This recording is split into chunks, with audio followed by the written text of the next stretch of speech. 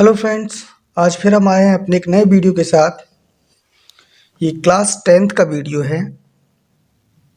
Class 10th की एक theorem है, मोस्ट इम्पोर्टेंट थ्योरम जो आपके एग्जाम में पूछी जाती है। थ्योरम है एरियाज ऑफ सिमिलर ट्राइंगल। तो ये थ्योरम आज हम पढ़ेंगे, पूरी ड्राइव करेंगे इनको, पूरी सॉल्व करके। ये तो अभी स्टेटमेंट लिखा हुआ है, इसको पूरा सॉल्व करके भी आपको दिखाएंगे। तो स्टेटमेंट इसका क्या है? The ratio of the area of two similar triangle. अगर दो सिमिलर ट्राइंगल दिए गए हों तो उनके जो एरिया का रेशियो होगा is equal to the square of the ratio of their corresponding side. तो उसकी करस्पॉन्डिंग साइड के स्क्वायर के इक्वल होगा। उसकी करस्पॉन्डिंग साइड है जो उनके रेशियो के स्क्वायर के इक्वल होगा। जैसे ये दिया है, ये हमें ट्राइंगल दिए गए हैं, एक ABC दिया है, एक PQR दिया है। तो ये किसके इक्वल हो? Area ABC upon area PQR।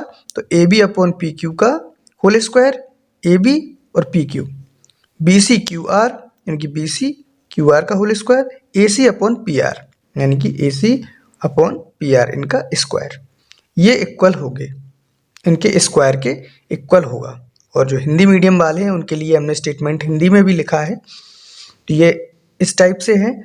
यदि दो त्रिभुज समरूप हैं, यदि दो त्रिभुज हैं वो समरूप हैं, तो दोनों भुजाओं के क्षेत्रफल का अनुपात उनकी संगत भुजाओं के अनुपात के वर्ग के समानुपाती होगा। जो ये लिखा हुआ है वही यहाँ पे लिखा हुआ है। ये स्टेटमेंट फॉर्म में लिखा हुआ है, ये इस टाइप से लिखा हुआ है।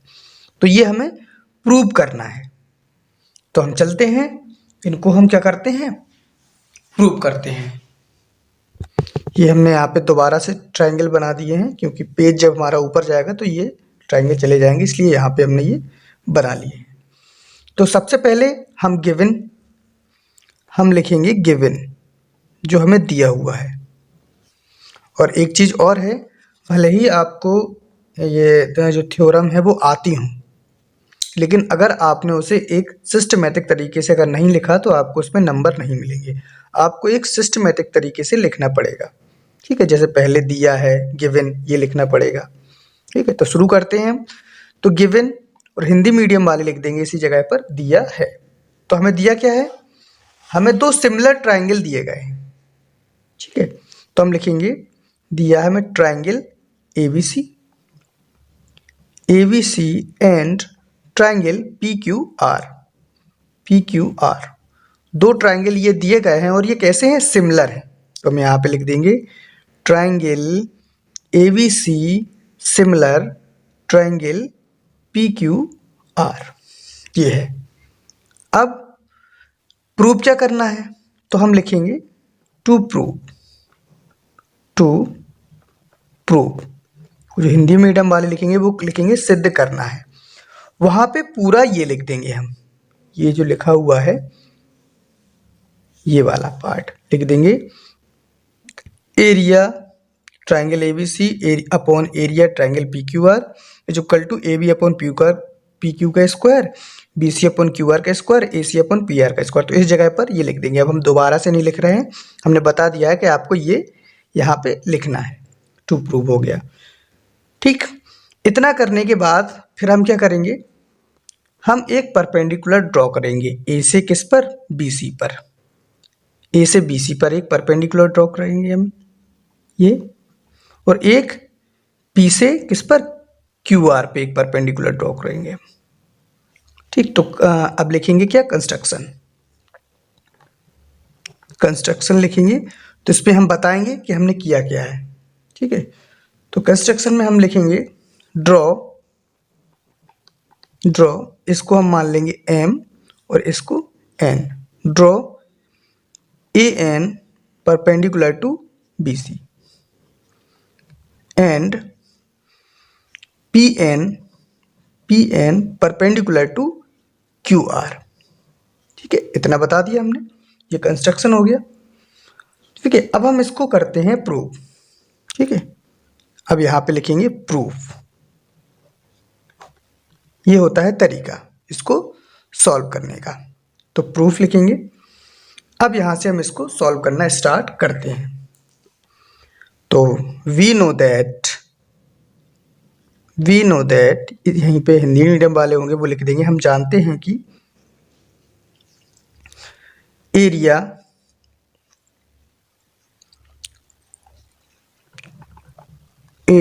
ऑफ ट्राइंगल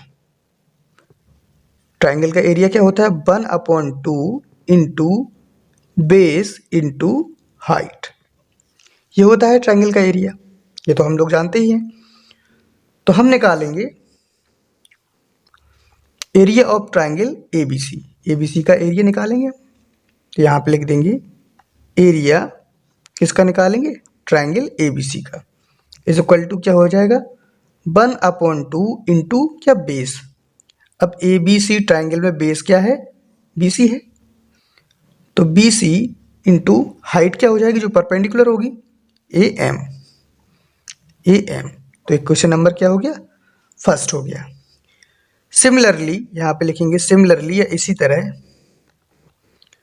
अब एरिया किसका निकालेंगे हम, पी क्यू आर का एरिया निकालेंगे, ट्राइंगल पी क्यू आर का। तो पी क्यू आर का भी क्या हो जाएगा 1/2 इंटू बेस क्या है क्यू आर इंटू हाइट क्या है इसकी पी एन, परपेंडिकुलर ये है पी एन, तो ये हो गया पी एन। तो इक्वेशन नंबर सेकेंड हो गया।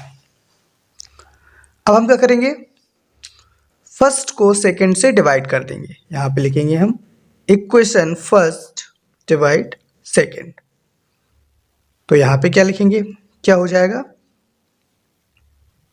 Area triangle ABC upon, divide करेंगे तो upon area triangle P Q R.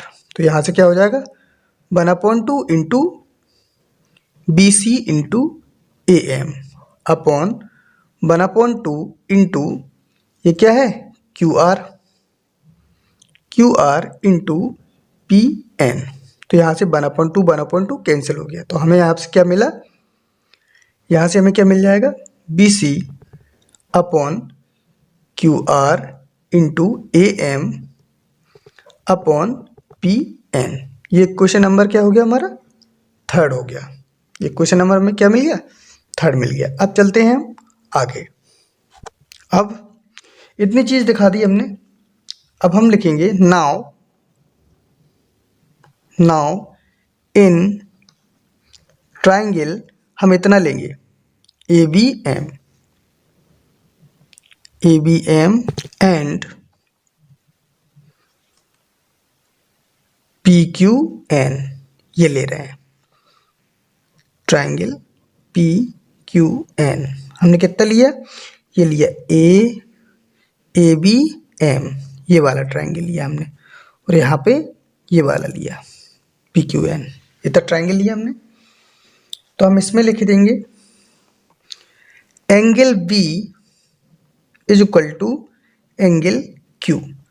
अब ये angle B angle Q equal क्यों है, हम ये पहले से ही मान के चल रहे हैं कि ये कैसे हैं, दोनों सिमिलर ट्राइंगल हैं। जब ये सिमिलर हैं तो एंगल बी एंगल क्यू के बराबर होगा, जो बी है वो क्यू के बराबर होगा। तो यहाँ पे लिख देंगे हम similarity triangle A B C similar triangle P Q R, क्योंकि हमें यहाँ पे कारण भी बताना पड़ेगा कि एंगल बी एंगल क्यू के इक्वल है क्यों है। तो हमें पता है कि ये दोनों कैसे हैं, ट्राइंगल सिमिलर है, तो A B C similar P Q R. अब एंगल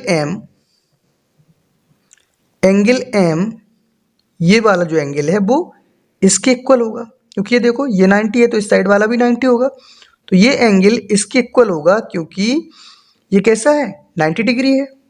तो angle M is equal to angle N, तो ये कैसा हो गया, यहाँ पे लिख देंगे ईच 90 डिग्री।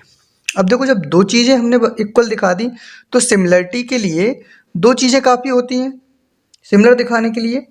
तो हम यहाँ पे अब क्या लिख सकते हैं, ये ट्राइंगल ए बी एम है वो सिमिलर होगा, ये वाला ट्राइंगल सिमिलर किसके होगा, पी क्यू एन के, ट्राइंगल पी क्यू एन के, और किससे हो जाएगा बाई ए सिमिलरिटी से। ये हो गया, इतना सॉल्व हो गया। अब अगर ये सिमिलर हैं, यहाँ पे हमने जो सिमिलरिटी दिखाई है, अगर ये सिमिलर हैं तो इनकी जो करस्पॉन्डिंग साइड होंगी, जो करस्पॉन्डिंग साइड्स का जो रेशियो होगा वो भी बराबर होगा। अगर ये हमने यहाँ पे सिमिलर दिखाया है, अगर ये सिमिलर है तो इनकी जो करस्पॉन्डिंग साइड्स का रेशियो है वो भी कैसा होगा, बराबर होगा, इक्वल होगा। तो हम यहाँ पे लिख सकते हैं A B upon P Q, A B upon P Q, यानी कि A B upon P Q is equal to A M upon P N. क्या लिख दिया हमने, ए एम ये है और पी एन, क्योंकि अभी हम इन्हीं दो ट्रायंगल पर देख रहे हैं। ठीक है, तो यहाँ तक हम पहुँच गए। तो यहाँ पे लिख देंगे ब्रैकेट में corresponding side are proportional, corresponding sides are proportional.